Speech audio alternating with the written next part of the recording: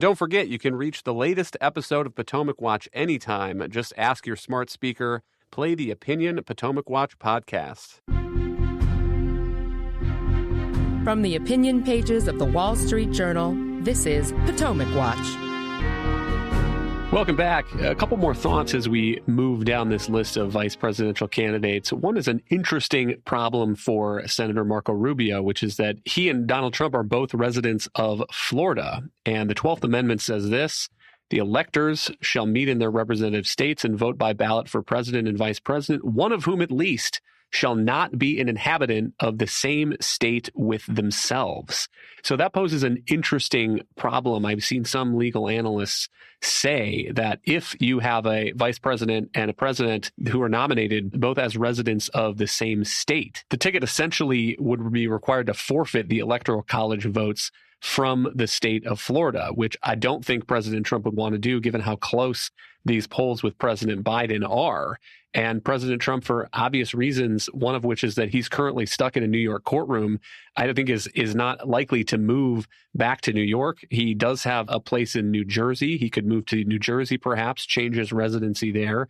Or Marco Rubio could move somewhere. But Marco Rubio is the senator of Florida, and as far as I know, does not have roots elsewhere.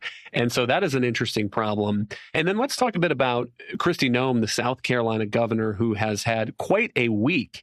She went on a media tour talking about her book.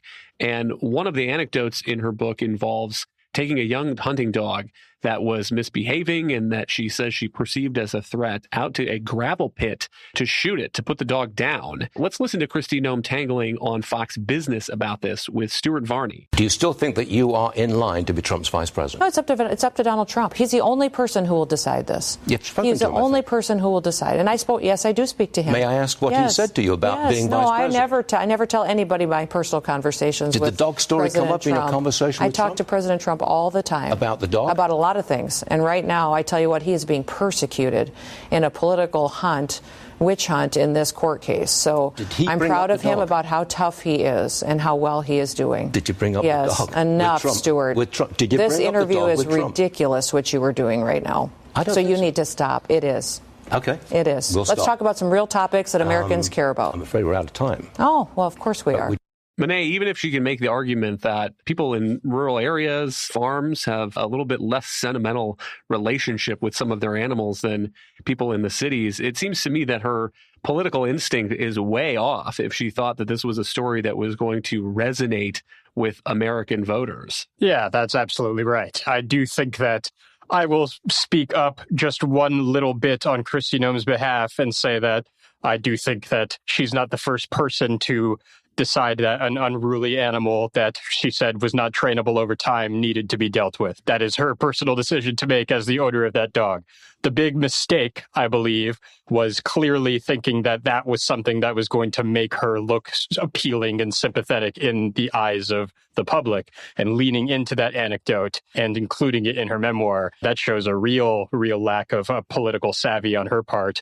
And I think that the media is really lapping up the story because people love an example of a politician really stepping in it and sealing their own fate politically. It's kind of something that a lot of people like to look on and indulge in, and I'm sure that she really regrets what she's done. But of course, she has to pretend that she has no regrets whatsoever and continue to lead into it. But it's very clear that insofar as she really was a contender, now Trump must know that it isn't worth the trouble and that her entire vice presidential candidacy would be surrounded by mocking and questions about this anecdote, and he doesn't want to attach himself to that. And so it's unfortunate to see the demise of Kristi Noem, although I certainly think that Trump had much better picks, dog aside. And so we'll see how her political future shapes up after this, but looks unlikely that being picked for the vice presidential slot is going to be part of that. Kim, we'll give you the last word, but is there anybody we haven't talked about that you want to mention? And one final thought for me is Karl Rove, in his column in the Journal this week, makes the argument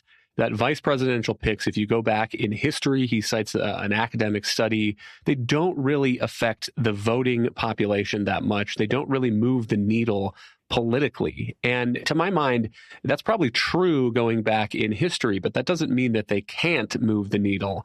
And remember, the 2020 election was decided by a few tens of thousands of votes in 3 states. And one other thought I would have is that whoever President Trump picks as his running mate also, I think, would reflect on President Trump in the minds of voters. And so in some sense, it's an important choice that shows voters who President Trump wants to be, what kind of president he wants to be over the next 4 years. I think the real point of that study that Karl Rove mentioned was that they didn't really find any evidence that some of those traditional reasons that people choose candidates that they do, because they're hoping it might win them a state, or they're hoping it might help them with certain demographics of voters, or, that they have enough money, that those things don't tend to materialize in any substantive ways in elections.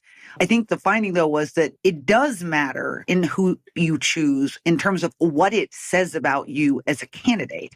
And in that regard, you can actually have candidates, for instance, that can hurt you. And one example, for instance, is John McCain's decision to choose Sarah Palin, who ended up reflecting negatively on his campaign.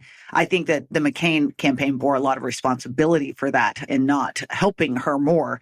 But it became a bit of a weight around the campaign's neck. I think you're seeing that right now, by the way, in Joe Biden and Kamala Harris. She was clearly chosen to help the president with a certain demographic groups out there, women voters, Black voters. This is not doing anything to help him right now. In fact, the broad ridicule that Kamala Harris has been subject to is arguably a real drag and a problem for this presidency because, again, when it comes to re-elections, people are going to have on their mind that if anything should happen to Joe Biden in the next 4 years, that they would be stuck with Kamala Harris. I think that's actually proving to be a very effective line for Republicans. And that has an opening for Donald Trump, or a pitfall. There's an opportunity, I think, if he chooses someone very strong as a candidate who balances him out, to, in fact, effectively make a contrast to the Biden-Harris ticket and to put more of a microscope on her and her failings and the risk of her in the presidency.